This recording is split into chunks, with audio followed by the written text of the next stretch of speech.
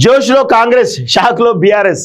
అంతే కదా, స్పీకర్ నిర్ణయమే తుది నిర్ణయం అని చెప్పేసి ఈరోజు హైకోర్టు స్పష్టం చేయడంతో షాక్లో బీఆర్ఎస్ కనబడుతూ ఉంది, జోష్లో కాంగ్రెస్ కనబడుతూ ఉంది. పార్టీ ఫిరాయింపులపై హైకోర్టు డివిజన్ బెంచ్ ఇచ్చినటువంటి తీర్పుతో కాంగ్రెస్ పార్టీలో ఫుల్ జోష్ కనిపిస్తోంది.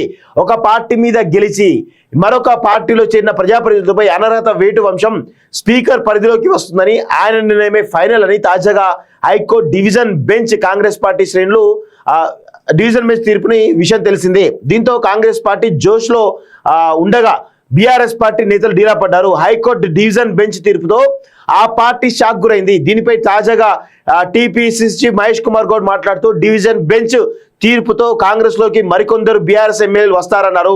గతంలో హైకోర్టు సింగిల్ బెంచ్ ఇచ్చినటువంటి తీర్పు కాంగ్రెస్ కు కొంత ఇబ్బందికరంగా మారినా తాజాగా డివిజన్ బెంచ్ తీర్పుతో ఉత్సాహం పెరిగింది.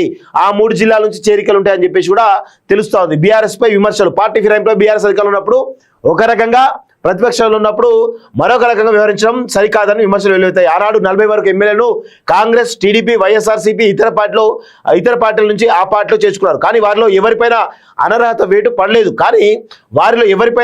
కానీ ఇప్పుడు మాత్రం అందుకు విరుద్ధంగా వ్యవహరించడం నైతికంగా సరికాదని రాజకీయ విశ్లేషకులు విమర్శిస్తా ఉన్నారు. అంటే బీఆర్ఎస్ పార్టీలో ముఖ్యంగా ఈ యొక్క కల్వకుంట్ల కాలకేలకు ఎలాంటి సిగ్గు కానీ శరం కానీ లేకుండా ఉన్నారు తప్ప వేరే ఏది లేదు. అలా ఆనాడేమో మోసం చేస్తాం, ఇప్పుడేమో మేము మోసం కాదు, మేము దొంగలం కాదు, మేము మంచోళ్ళం అనుకుంటూ ప్రజల పక్షాన్ని నిలబడే ప్రయత్నం చేస్తూ ఉన్నారు. అందుకే ప్రజలు గమనించాలని చెప్పేసి కోరుతా ఉన్నారు. వీళ్ళను, ఈ కల్వకుంట్ల కాలకేలందరినీ కూడా దయచేసి మనం తెలంగాణ నుంచి తరిమి కొట్టేదాకా ఈరోజు మనం రెస్ట్ తీసుకోవద్దని చెప్పేసి కూడా నేను కోరుతా ఉన్నాను.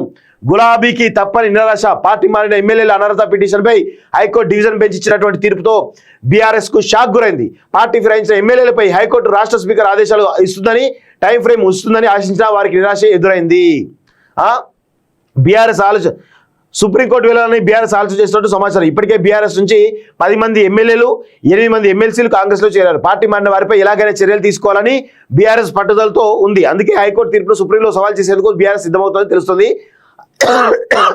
అనర్హత పిటిషన్లపై గతంలో ఢిల్లీకి వెళ్ళినప్పుడు న్యాయవాదితో మాట్లాడమని స్వయంగా కేటీఆర్ వెల్లడించారు. సుప్రీం సీనియర్ న్యాయమూర్తిని సంప్రదించినట్లు గుర్తు చేశారు. తాజాగా డివిజన్ బెంచ్ తీర్పు తమకు వ్యతిరేకంగా రావడంతో సుప్రీంకోర్టు తలుపు తట్టున్నట్లు పార్టీ నేతలు చెబుతా ఉన్నారు. ఏది ఏమైనప్పటికీ గుర్తుపెట్టుకోండి, హైకోర్టు ఇచ్చినటువంటి తీర్పును ఈరోజు సుప్రీంకోర్టు కూడా కాదనలేదు. ఎందుకంటే వాళ్ళు ఆల్రెడీ ఎన్నో రకాల వాదనలు విన్న తర్వాతనే తీర్పిస్తారు. సో ఇప్పుడు ఇంకా మరి సుప్రీంకోర్టులో కూడా అవే వాదనలు జరుగుతాయి కాబట్టి ఇక నాకు తెలిసి అంత ఈజీగా సుప్రీంకోర్టులో తేలుతానైతే అనుకోలేము. కాకపోతే వీళ్ళు ఏదో ఒక డ్రామా క్రియేట్ చేయాలి కాబట్టి చేస్తారు, అంతే తప్ప వేరే ఏది లేదు.